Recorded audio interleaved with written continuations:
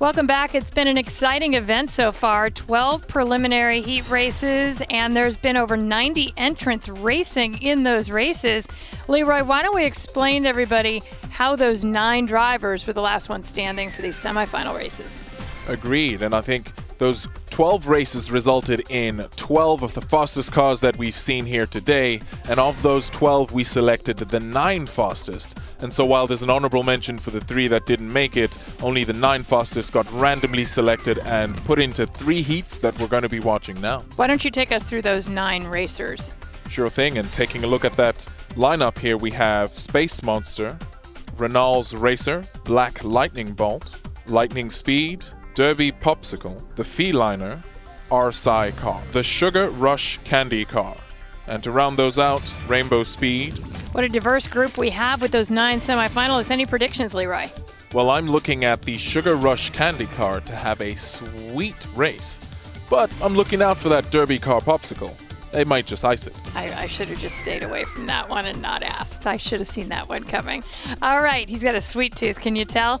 Let's jump ahead and go ahead and get into our first semifinal race. In lane 6, you've got Renault's Racer. In lane 5, it's Black Lightning Bolt. And in lane 4, it's Space Monster.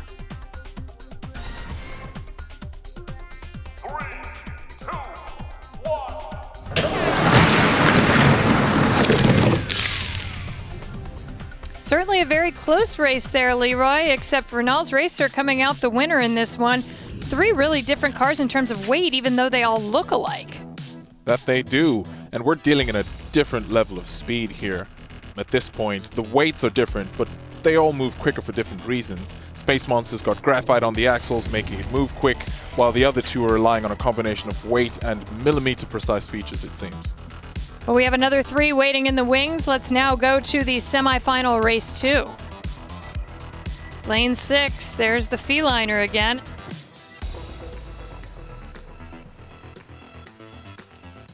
And then lane 5, you've got Derby Popsicle. And lane 4, Rainbow Speed.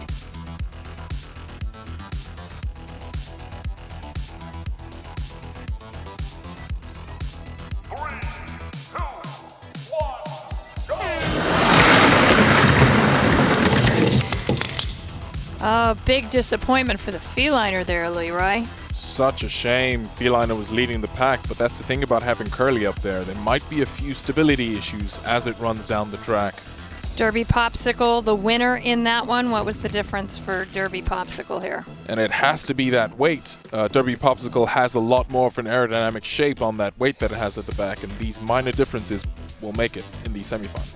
All right, and we have 1 semifinal race left. Let's check out our 3rd and final semifinal race. Your lane assignments in lane 6, Lightning Speed. Lane 5, RSI car.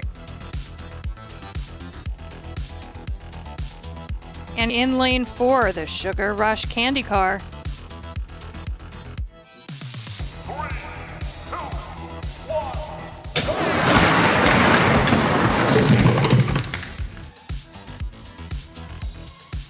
Oh, the RSI car getting some air, and no matter how flashy it looks on the track, very close match, but not in the end able to beat Sugar Rush Candy car, who wins by a Twizzler.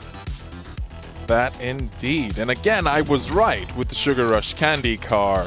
I think I am a smarty. Or more like a nerd. Sounds about right. All right, all kidding aside, we do have a Da Vinci Derby final to get to. We'll crown a 2020 champion right after this.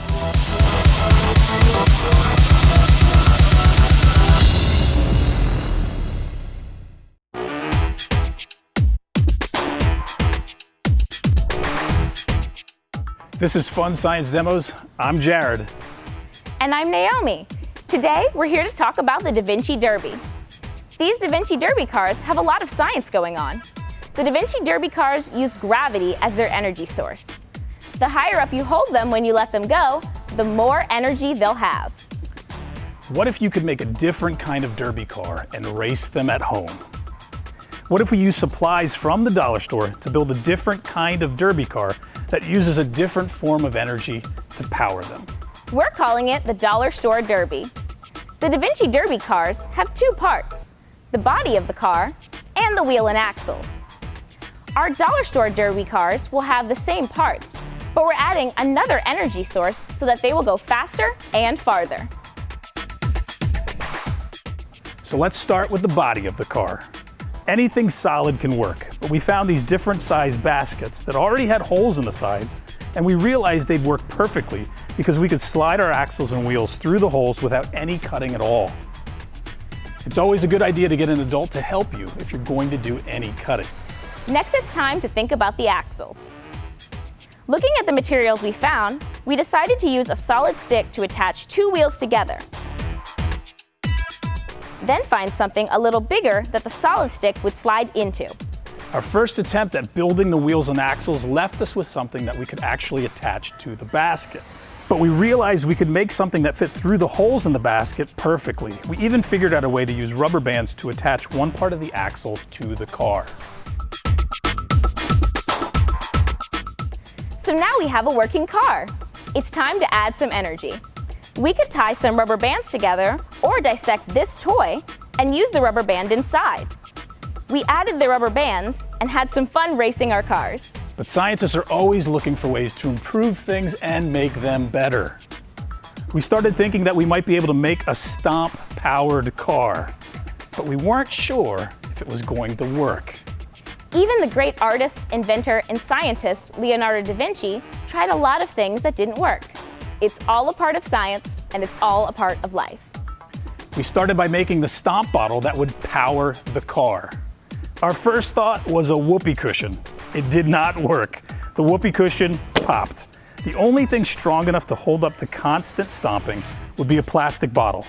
Next, we found this rubber ball that actually sucks snot out of little babies' noses. With some careful cutting, we got the rubber ball to fit perfectly over the empty bottle. We then realized that a plastic Kool-Aid bottle actually had the perfect top to fit into that rubber ball. This might just work. We built a bunch of cars that didn't work. We asked a lot of what-if questions until we found something that worked. What if the Kool-Aid bottle fit perfectly into the basket holes? Will it work? We finally found something that worked. And we couldn't help but think, can we make this work even better? We made some different cars that worked, and now it's your turn. Take a field trip to the dollar store and let the Da Vinci Derby be the beginning of your science experience. And let the stomping begin. Science. Stop and try. And wonder why.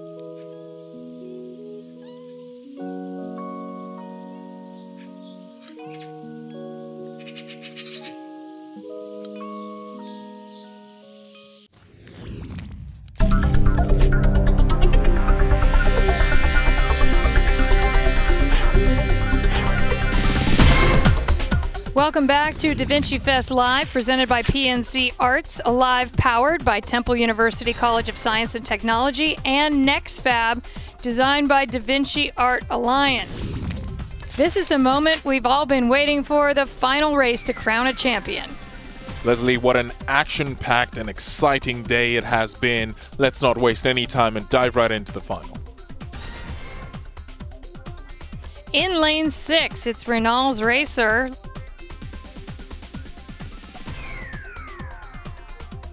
Lane 5, Derby Popsicle. And in lane 4, the Sugar Rush Candy Car.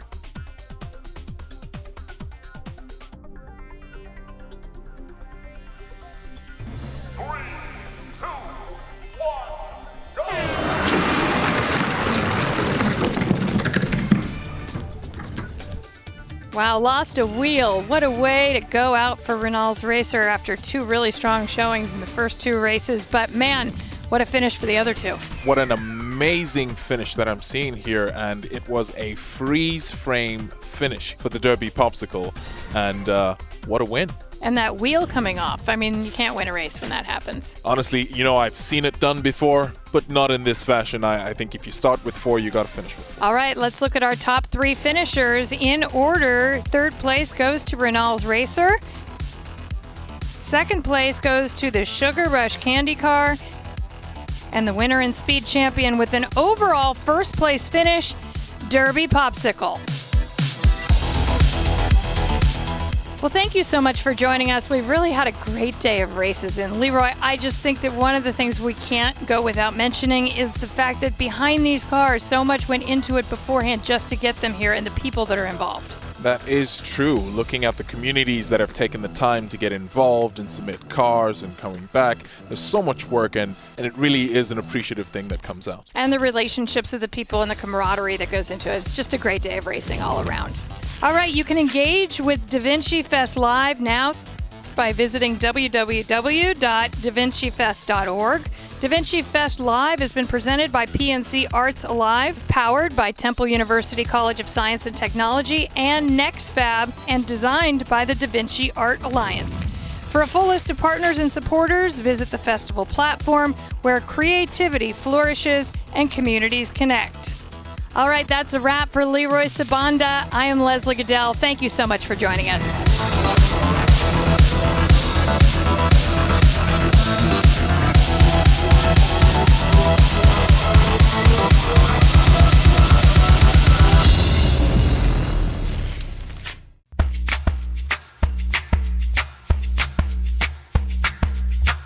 My name is Chelsea Lester. I'm a visual artist based in Philadelphia. I do paintings, I do printmaking, I do performance work sometimes, really whatever I need to do to fit the concept of my work. I'm also a curator, which is how I've been working with the Da Vinci Art Alliance. I'm their fellow for the 2020, and I've been working on a show where I'm curating a show about basically what it means to be in a safe space with regards to queerness, especially Black and brown queerness. So I've been developing that show, and it's going to be in February now. And I'm going to have a lot of performance art, a lot of interdisciplinary art, and we're going to transform the entire gallery. I'm also an art educator where I work at Play Arts, which is a play-based art environment where we teach art to elementary students right now. We're teaching a schoolhouse program, we're teaching virtual learning, we're guiding students through that, but we also teach preschool age students and younger through art, music, really anything. We also do private lessons and just all different types of art education. So today we're going to be making chromatography parachutes. So this process is we're going to dye our coffee filters and using a technique called chromatography. Chromatography separates different pigments based on the solubility of the pigments in your solvent. So we're using washable markers, and we're going to color our coffee filters, dip it in water, and should separate all the colors that were mixed into the markers. So after we do that, we're going to punch some holes, tie them together, and make beautiful parachutes. So the first step is we're going to color our coffee filters. So what we're going to do is you can use any washable markers you have at home, and you're going to color the bottom. You're going to get it really pigmented, really dark. You can mix colors, you can do zigzags, you can do flowers, really anything that your child would like to do. You can also color the top of the coffee filter if you want, but either one is fine. Once you're finished with that step, you're going to move on to the next one.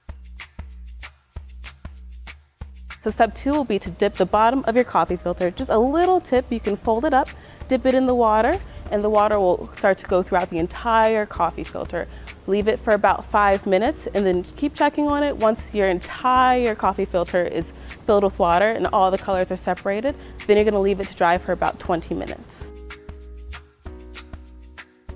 So the next part of the project is you're going to punch holes in your coffee filter and also your cupcake holder, which is going to hold the doll or whatever you have, any toy you have for your parachute project. So you're going to punch 4 holes. What I like to do is I like to fold it into 4s and punch 1 hole at the top so that they're all even. And I like to do the same thing with my cupcake holder. I like to fold it into 4s, punch a hole at the top so that they're all even. And then for my cupcake filter, I'm also going to fold it just in half, punch some holes at the bottom where you'd put the mixture if you were making cupcakes, just to have a seat belt that we're going to create at the end of the project.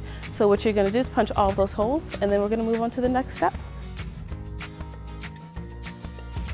So the next step of the project is to tie everything together. You can use string, you can use yarn, just whatever thin fabric that you have around the house. You're going to cut all the strings to about 1 foot to 2 foot, however long you would like it for your child. The shorters get a little bit less tangled and is a little bit better, so I usually stick to 1 foot, but whatever your child wants to do for this project. You're going to cut 4 strings the exact same length, and then you're going to tie it to the top of the coffee filter that you cut and also to the cupcake holder. You're going to tie them all around so it's completely even, and you have your parachute. The last step of this project is to get a pipe cleaner, or you can use string if you only have string, and you're going to tie that through the bottom of the cupcake holder that you have. This is a seat belt for whatever toy your child decides to put in it. Then you can strap in that toy and let your parachute fly.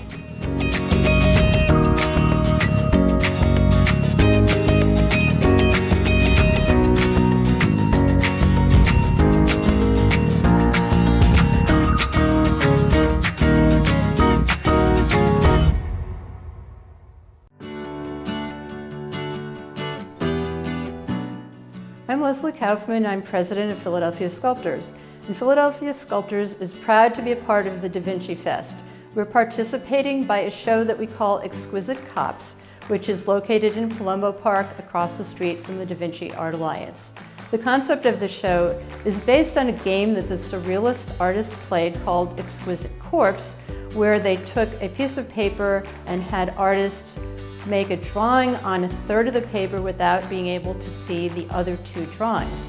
We've done that in a 3D version so that the artists have made individual sculptures, and once they're placed in the park, they will be connected to the other sculptures in creative ways. We're very interested in the concept of Da Vinci as being inventive as well as being an artist, and our artists have created a spirit that continues his spirit. The show will be up until November 6th, and it's a live show. We're very happy to allow our visitors to walk through the park and create their own interpretations of the artworks that they see. My name is Rebecca Schultz, and my installation piece called What Lies Beneath is part of the Exquisite Cops exhibition with Philadelphia Sculptors and Da Vinci Art Alliance. And What Lies Beneath is a site-specific piece. It is inspired by the sycamore trees in Palumbo Park, and the intent is to make visible the root structures of the trees. A lot of my installation work is about sharing and making more visible the natural structures and ecosystems that are around us, even in an urban environment, and a way of raising awareness about the natural systems that we see every day and might walk right by. And the root systems of sycamores are particularly broad. They go 15 to 20 feet. And root systems of trees that are in proximity also intertwine. It's a way for them to help nourish each other, to communicate with each other. And so that was something that I really wanted to make visible to people in the park. And in a broader sense, the exhibition is about connecting artwork in the park and I love the opportunity to connect my sculpture to those of the other artists in the park. It's a really nice way of both sharing work publicly, but also to really have artists work together and to kind of exemplify the interconnectedness of our creative ideas and our ways of thinking about making art. And so I'm really honored to be part of this exhibition. Hi, I'm Carol Leffler, and I'm so excited that my work was accepted to be in this exhibition. It's called The Domesticide, and the idea is that it's a little creature that lives in your home that's made up of all the fibers and fabrics in the domestic sphere. So it's a basically three-dimensional rendering of a lot of the drawings I do when I do exquisite corpse games with friends. So I always draw a lot of legs, so it's basically this sort of silly creature with lots of legs, and it was a joy to make. Overall in the exhibition, I'm just so happy that I can offer some joy to people right now and make something that's completely silly and ridiculous. So, thanks so much.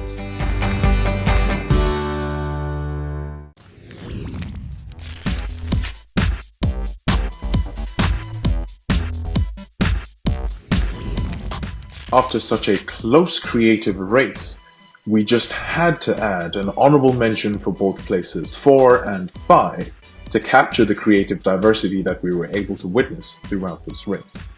In 4th and 5th place, respectively, we have Carl Harrington and Maureen Duffy, who we'd like to congratulate for the wonderful vehicles that they were able to put together. In 3rd place, for the most creative car is Kiera Linares with the Sugar Rush Candy car, a candy-powered explosion of color that definitely was one of the favorites in these races. In 2nd place, we have David Coughlin with Two Fish Streaking, a fish-inspired racer whom we all came to know and love. In 1st place, we have Mina Edwards with Rainbow Speed, a colorful car with a stylish profile to boot, and definitely well worthy of the title of Most Creative Car in the Da Vinci Derby Race of 2020. And now, we'd like to say thank you to the community members who helped make this decision, and for all of the artists that turned these 7-inch blocks of wood into innovative works of art.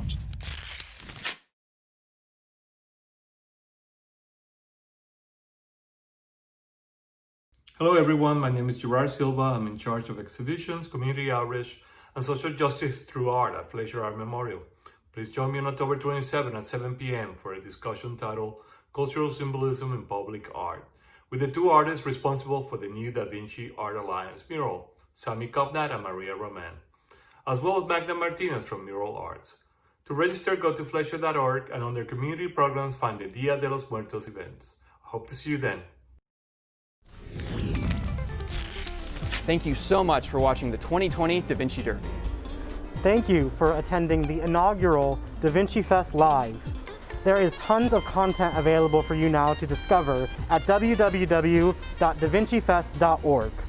We hope you enjoy, and we'll see you next year.